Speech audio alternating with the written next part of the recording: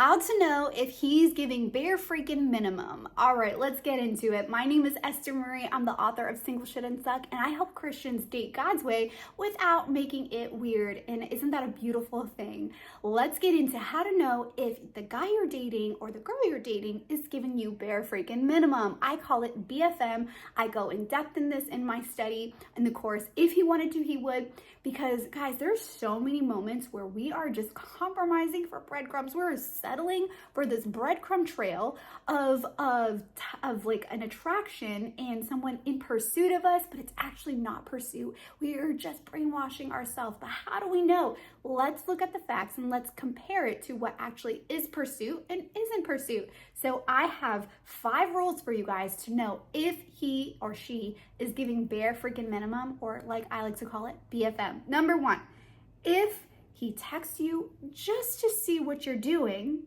and if you're up, or that WYD, what you doing, little abbreviation, you couldn't even spell it out. Okay, I'm just putting it out there.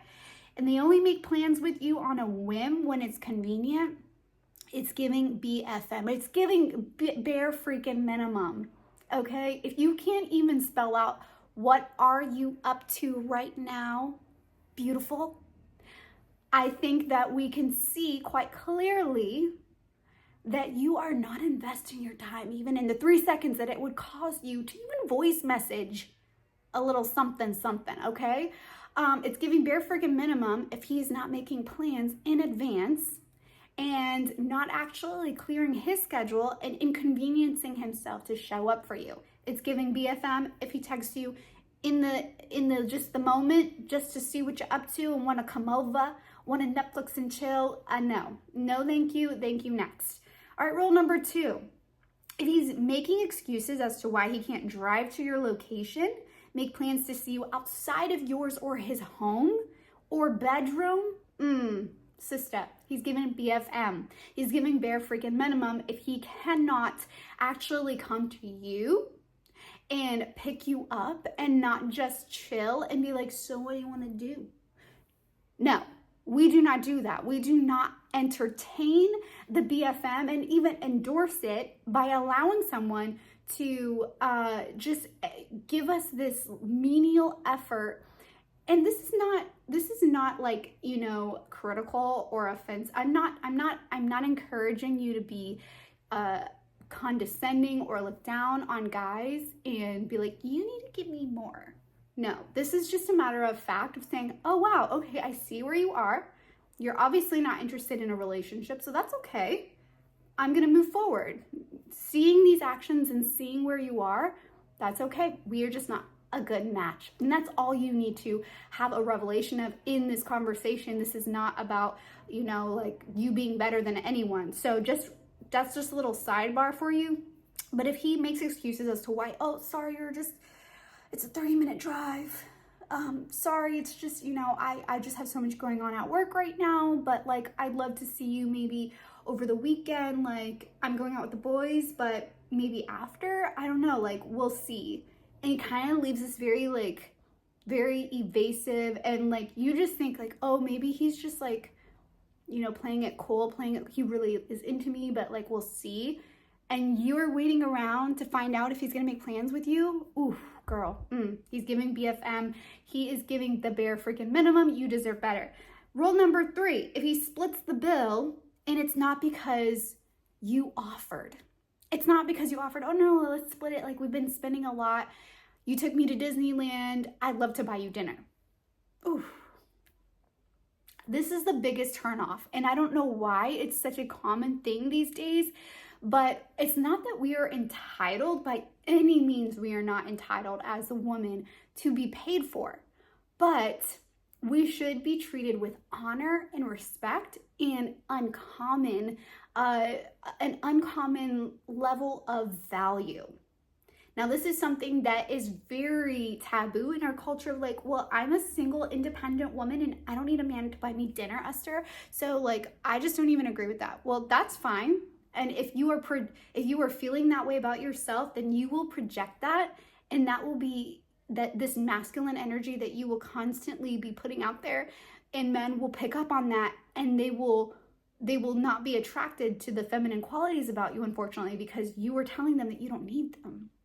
So in this moment of on a date, when a guy's like, oh, let's split the bill, unless you offered, it feels somewhat a little bit like a disrespect of like my time, of feeling honored and valued and cared for, just in the little menial $14 that you spent on me. Okay, if it was like a $2,000 meal, well, if it was crazy expensive and you were taking advantage of a free meal, maybe, but like there should be this level of, wow, no, like I had such a great time taking you out, and I'm so grateful, you know, that we got to do this together. And as a man, like I take that ownership of taking care of whoever gives me their time.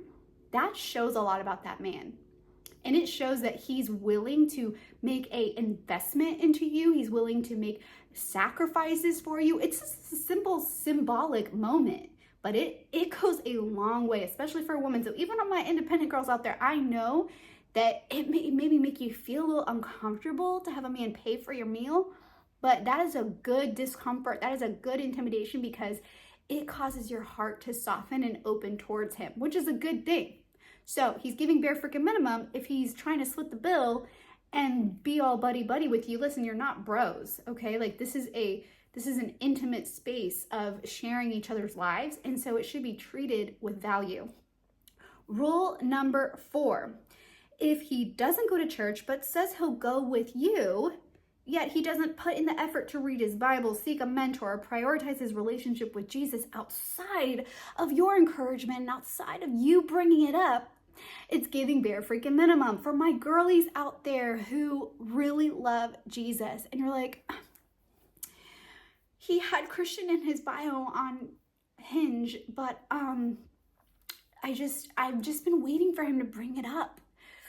Listen, if it is not one of the first things that this person is talking about, not first thing, like he doesn't have to be like, oh my gosh, like God just gave me the greatest revelation. He does not need to be over the top of sharing about his faith, but it should be super common for him to just bring up like, oh, so, you know, do you go to church somewhere? Or what are some things that God's been doing in your life? Or it should be such a natural thing for him to say, oh, tell me a little bit more about your faith. Like, when did you get saved?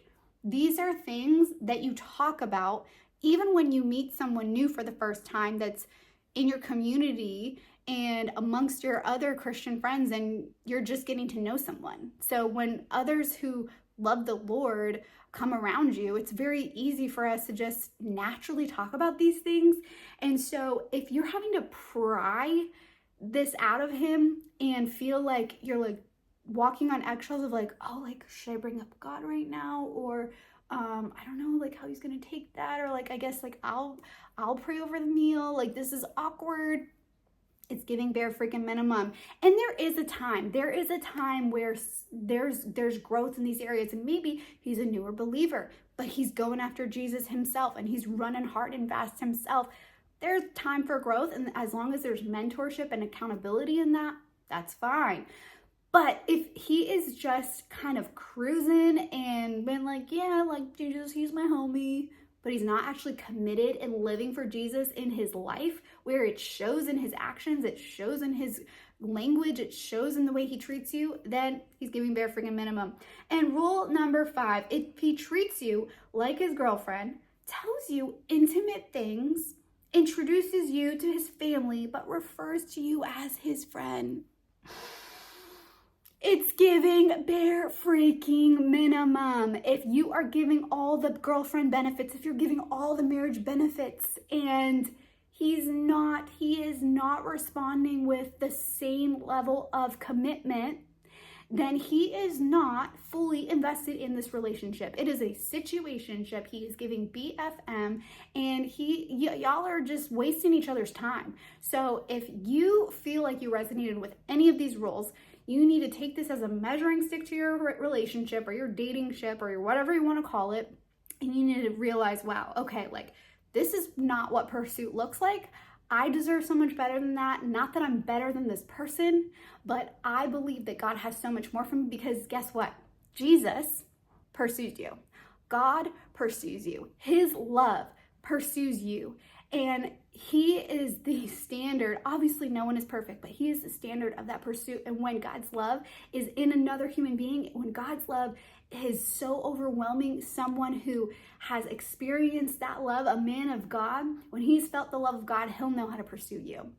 It'll show in his pursuit of you in the same way that God's love shows in your pursuit of friendship with others and in your response to a man of God who pursues you. So I hope that was encouraging to you and equipped you with some strategy. Listen, if you feel like all of these are like, oh my gosh, this is red flag, red flag, red flag, I need to get out of this situationship, I have the most amazing tool to equip you. It's called the If He Wanted to, He Would e-course. It is available right now. Click the link below. I give you all the instructions in 5 modules of how to end toxic love patterns and get out of your situationship, as well as just stop falling for these situationships, stop settling for the bare freaking minimum, stop settling for the breadcrumb trail, and start living a dating life that is honoring God, and how to position yourself for a man of God to actually be attracted to you. Because girl, some of those things that you're doing, they ain't attracted to a man of God. And there's a reason why you're not even meeting men of God, because their red flags are also going up for you. So check out that course. It is going to change your life to end those toxic love patterns so you can experience a healthy dating life God's way. Thanks for joining me, and I'll see you on the next video.